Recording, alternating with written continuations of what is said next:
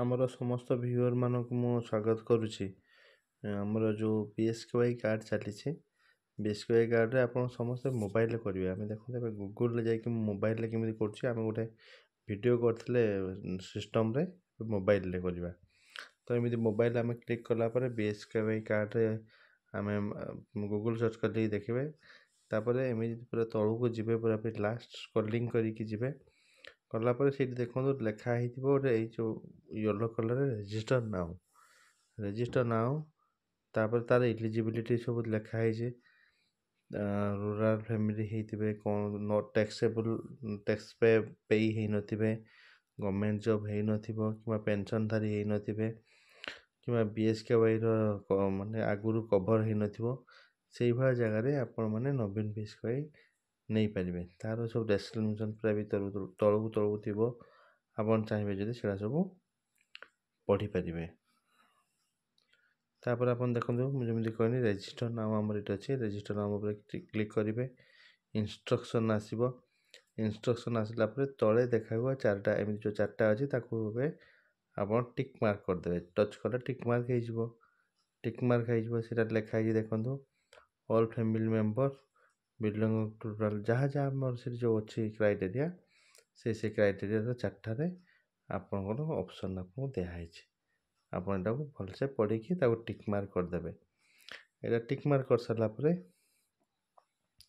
Next ଆପଣଙ୍କର ଲେଖା ହେଇଛି ହୁ I ଏମ୍ରେ ଆପଣଙ୍କର ବି ତିନିଟା ଆପଣଙ୍କର ଲେଖା ହେଇଛି, ଯେ ଆପଣଙ୍କ ଫ୍ୟାମିଲି ମେମ୍ବର ହେଡ଼୍ ହେଇଛନ୍ତି, କିମ୍ବା ଫ୍ୟାମିଲି ମେମ୍ବର ହେଡ଼୍ରେ ଆପଣ ରିପ୍ରେଜେଣ୍ଟେଟିଭ୍ ଅଛନ୍ତି। ତାପରେ ଆପଣ କ୍ଲିକ୍ କରିବେ। ଫାର୍ଷ୍ଟ ଆପଣ ସମସ୍ତେ I M the head of the family ଉପରେ କ୍ଲିକ୍ କରିବେ। ତାପରେ ଆପଣଙ୍କର ଆପ୍ଲିକାଣ୍ଟର ଆଧାର ନମ୍ବର ଆପଣମାନଙ୍କର ସେଠି ଦେବେ। ଆଧାର ନମ୍ବର ଦେଇ ସାରିଲା ପରେ ତାପରେ ଭେରିଫାଏ ପାଇଁ କ୍ଲିକ୍ କରିବେ। ଭେରିଫାଏ ହେବା ପାଇଁ ଆପଣଙ୍କର OTP ମାଗିବ। OTP ମାଗି ସାରିଲା ପରେ ଆପଣ ସେଠି OTPରେ ଆପଣଙ୍କର ମୋବାଇଲକୁ ଯାଇଥିବ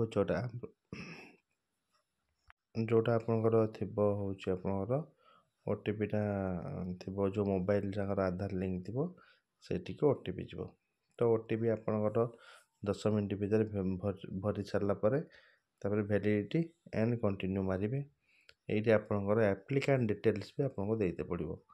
ଦେଖିବେ ଆପଣଙ୍କର ଯେହେତୁ ଆଧାର କାର୍ଡ଼ ଲିଙ୍କ କରିଦେଇଛନ୍ତି, ଆପ୍ଲିକାଣ୍ଟ ନେମ୍ ପଳେଇ ଆସିଥିବ, ଆପଣଙ୍କର gender, date of birth, photo, pincode, address ପ୍ରାୟ ସବୁ ପଳେଇ ଆସିଥିବ। ଯାହା ନଥିବ ଆପଣ ସେଠି ତାକୁ ଫିଲ୍ଅପ୍ କରିବେ। ଫାଦର ନେମ୍ ସେଟାକୁ ଏଣ୍ଟ୍ରି କରିବେ, ଯେଉଁଟା ଆଧାର ଅନୁସାରେ ଅଛି। ମଦର ନେମ୍ ବି ଏଣ୍ଟ୍ରି କରିବେ। ତାପରେ ଆପଣ ରିଲେସନସିପ୍ ଥିବ, ଯେ ଆପଣ ହେଡ଼୍ ଅଫ୍ ଫ୍ୟାମିଲିରେ କ'ଣ, ଯେହେତୁ ଆପଣ ନିଜେ କରୁଛନ୍ତି ସେଲ୍ଫ ମାରିବେ। ଫଟୋ ଯଦି ଚାହିଁବେ ଆପଣ ଚେଞ୍ଜ ବି କରିପାରିବେ, ଯାହା ଫଟୋ ଅଛି ସେମିତି ବି ନହେଲେ ରଖିପାରିବେ। ସୋସିଆଲ କ୍ୟାଟାଗୋରୀ, ଯଦି ଆପଣ ଅଲଗା ଫଟୋ ବି ଆପଣ ଦେଇପାରିବେ। ଆପଣଙ୍କର ଯେଉଁ ଗ୍ୟାଲେରୀରେ ଥିବ ସେ ଗ୍ୟାଲେରୀରୁ ଯାଇକି ଆପଣଙ୍କର ଯେକୌଣସି ଫଟୋ ଭଲ ଫଟୋ ଥିବ ସେ ଫଟୋକୁ ଆପଣ ସିଲେକ୍ଟ କଲେ ସେଇଟା ଅଟୋମେଟିକ୍ ଫଟୋ ପଳେଇ ଆସିବ। କିନ୍ତୁ ଏଇ ଫଟୋଟା ଆପଣଙ୍କର ଆଧାର କାର୍ଡ଼ ଫଟୋ ଅନୁସାରେ ଥିବ। ତାପରେ ଆପଣଙ୍କର ଆସିବ ଆପଣ କେଉଁ ମାନେ ଆପଣଙ୍କର ସୋସିଆଲ କ୍ୟାଟାଗୋରୀରେ ଅଛନ୍ତି, ତାପରେ ଆପଣ ସିଲେକ୍ଟ କରିବେ। ତାପରେ ଆପଣ ମ୍ୟାରିଡ୍ କିମ୍ବା ଅନମ୍ୟାରିଡ୍ ସେଇଟା କରିବେ। ଆପଣଙ୍କର ଅକୁପେସନ୍ କ'ଣ ସେଇଟା ବି ଆପଣ ସେଠି କ୍ଲିକ୍ କରିବେ। ଯାହା ଅକୁପେସନ୍ ଥିବ ସେଇଟା ଆପଣ କ୍ଲିକ୍ କରିବେ। କ୍ଲିକ୍ କଲା ପରେ ଭୋଟର ID କାର୍ଡ଼ ନମ୍ବର ବି ଦେବେ।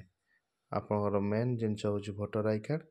ସେଇଟା ଭୋଟର ଆଇ କାର୍ଡ଼ଟା ହେଉଛି ଏଠାରେ ଦେବାକୁ ପଡ଼ିବ, ନଦେଲେ ଆପଣଙ୍କ ପ୍ରୋଗ୍ରେସ୍ ହେଇପାରିବନି। ତାପରେ ସେଟାର ଆପଣ ଫଟୋ, ଆପଣଙ୍କର ଯେଉଁ ଫଟୋ ଆପଣ ତାର ଉଠେଇକି ରଖିଥିବେ ସେ ଫଟୋଟାକୁ ଏଇ ଜାଗାରେ ଅପଲୋଡ଼ କରିତେ ପଡ଼ିବ। ତାପରେ ମୋବାଇଲ ନମ୍ବର ଦେବେ। ତାପରେ OTP, ତାପରେ ଯେ ଲେଖା ହେଇଯିବ ଗେଟ୍ OTP କଲା ମାନେ ମୋବାଇଲକୁ ତାର OTP ପଳେଇ ଆସିବ। ସେଇଠି OTPଟାକୁ କପି କରିକି ଆପଣ ପକାଇଦେବେ। କପି କରିଦେଇକି ପକାଇଦେଲା ପରେ ସବମିଟ୍ ମାରିଦେବେ। ସେ ଆପଣଙ୍କର ମୋବାଇଲ ନମ୍ବରଟା ଭେରିଫାଏ ହେଇଯିବ। ତାପରେ ପରମାନେଣ୍ଟ ଆଡ୍ରେସ୍ ଅଛି।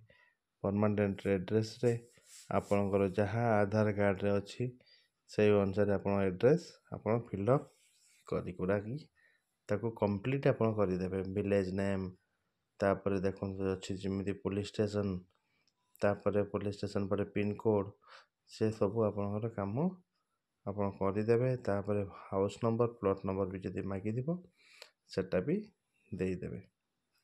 ନେକ୍ସଟ କ'ଣ ଅଛି ଆମର ଦେଖିବା। ତାପରେ ଆପଣ କେତେ ଜଣ ମେମ୍ବରକୁ ଆଡ଼୍ କରିବାକୁ ଚାହୁଁଛନ୍ତି, କେତେ ଫ୍ୟାମିଲି ମେମ୍ବରକୁ ଆଡ଼୍ କରିବେ।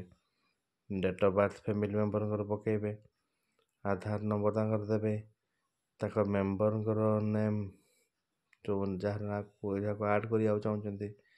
ତାପରେ ଆପଣ ଦେବେ କ'ଣ ନା ଜେଣ୍ଡର, ତାଙ୍କର ସବୁ ଯାହା ଯାହା ଆପଣଙ୍କର ଡିଟେଲ୍ସ ମାରିବ ଠିକ୍ ଆପଣ ଦେଇଦେବେ। କେଟା ସୋସିଆଲ୍ କ୍ୟାଟାଗୋରିଜ୍, ମୋବାଇଲ୍ ନମ୍ବର ସବୁ ଆପଣଙ୍କର, ଫାଦର୍ସ ନେମ୍ ବି ରହିବା ଦରକାର। ଯେଉଁଟା ବି ରେଡ୍ ଷ୍ଟାର୍ ମାର୍କ ଅଛି ସେଇଟାକୁ ଦେବା ପାଇଁ ଆବଶ୍ୟକ ଅଛି, ତାକୁ ଆପଣ ଇଗ୍ନୋର କରିପାରିବେ ନାହିଁ। କିନ୍ତୁ ଯେଉଁଟା ରେଡ୍ ମାର୍କ ନାହିଁ, ଷ୍ଟାର୍ ନାହିଁ, ତାକୁ ଆପଣ ସ୍କିପ୍ କରିପାରନ୍ତି।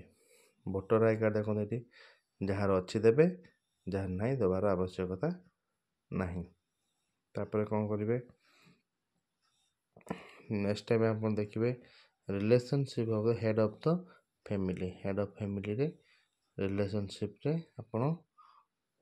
ଆପଣଙ୍କର ଯେଉଁ ହେଡ୍ ଅଫ୍ ଫ୍ୟାମିଲି ଆପଣ ଅଛନ୍ତି ସେଠି ଆପଣଙ୍କର ରିଲେସନସିପ୍ ହେଡ୍ ଅଫ୍ ଫ୍ୟାମିଲିରେ ଆପଣ ଦେବେ। କିନ୍ତୁ ଦେଖନ୍ତୁ ଏଇଟା ଆମେ ଆଉଥରେ ଦେଖେଇ ଦେଉଛୁ, ଯଦି ଆପଣ ଥିବ କେମିତି କରିଦେବେ, ଏମିତି ଏଣ୍ଟ୍ରି କରିଦେବେ। ଯଦି ଆପଣଙ୍କର ଭୋଟର କାର୍ଡ଼ ଦେବାକୁ ଚାହୁଁଥିବେ, ଯଦି ନ ଦେବାକୁ ଚାହୁଁଥିବେ ଦରକାର ନାହିଁ, ସେମିତି ରହିଯିବ। ଆମେ କିନ୍ତୁ ଆଡ଼୍ କରିକି ଦେଖେଇ ଦେଇଛୁ। ତାପରେ ଆପଣ ଏଠି ଅଥେଣ୍ଟିକେଟେଡ଼ କରିଦେବେ। ଅଥେଣ୍ଟିକେଟେଡ଼ କରିଦେଲା ପରେ ସେଠି ଆପଣଙ୍କର ଭେରିଫାଏ ହେଇଯିବ। ଭେରିଫାଏଟାକୁ ଓକେ କରିନେବେ। ଓକେ କରିସାରିଲା ପରେ ଆଡ଼୍ ଦ ମେମ୍ବର ଉପରେ କ୍ଲିକ୍ କରିଦେବେ।